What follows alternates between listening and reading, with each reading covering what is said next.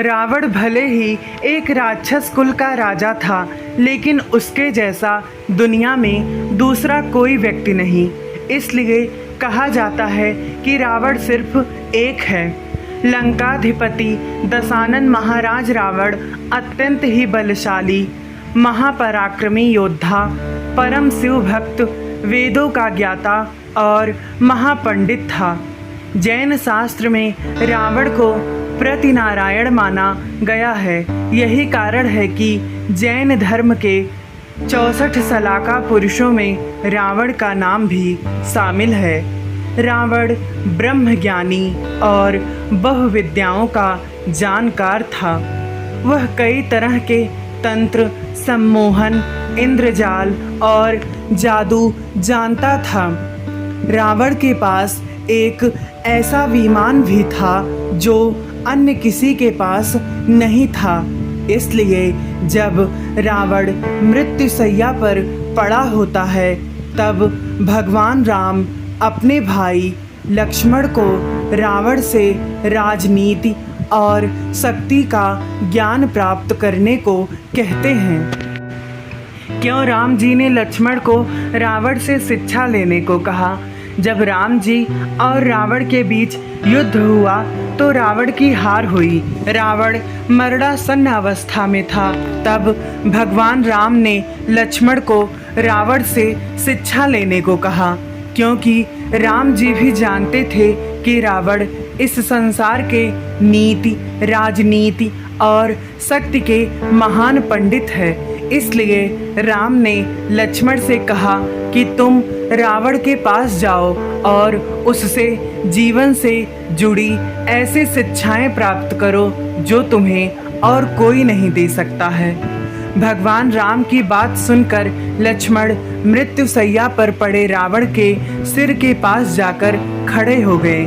लेकिन लक्ष्मण के काफ़ी देर खड़े होने पर भी रावण ने कुछ नहीं कहा। लक्ष्मण राम जी के पास वापस आ गए और कहा कि प्रभु, मैं बहुत देर तक रावण के पास खड़ा रहा, लेकिन उसने कुछ नहीं कहा। तब भगवान राम जी बोले कि किसी से ज्ञान प्राप्त करने के लिए उसके सिर नहीं बल्कि चरणों के पास खड़ा होना चाहिए।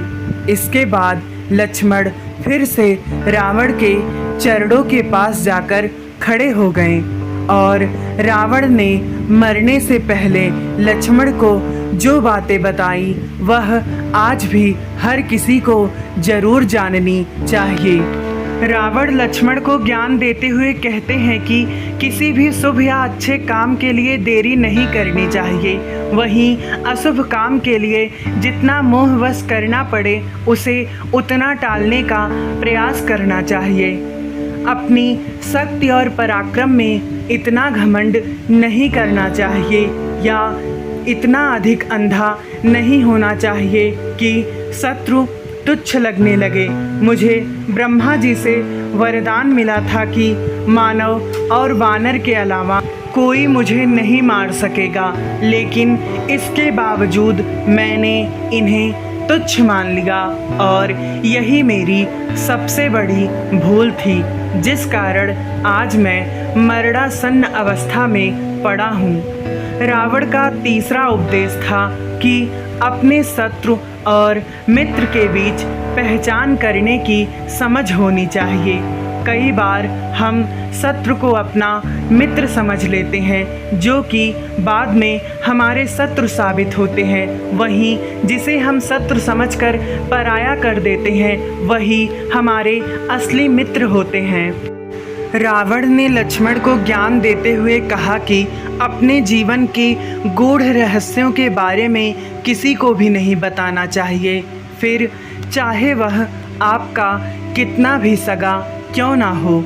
क्योंकि विभीषण जब लंका में था तब वह मेरा शुभेच्छु था, और जब वह राम जी की शरण में गया तो मेरे ही विनाश का कारण बन गया। रावण का आखिरी उपदेश था कि किसी भी पराई स्त्री पर बुरी नज़र नहीं रखनी चाहिए, क्योंकि जो व्यक्ति पराई स्त्री पर बुरी नज़र रखता है वह नष्ट हो जाता है। तो मित्रों, यहाँ आपने सुना रावण द्वारा लक्ष्मण को बताई गई कुछ अनमोल बातें। इसी तरीके से आध्यात्मिक जीवन, नैतिक मूल्यों और जीवन मूल्यों से संबंधित वीडियो के लिए आप हमारे चैनल जीने की कला को सब्सक्राइब कर सकते हैं। मिलते हैं किसी अगली वीडियो में, तब तक के लिए अपना खूब ख्याल रखिए। धन्यवाद।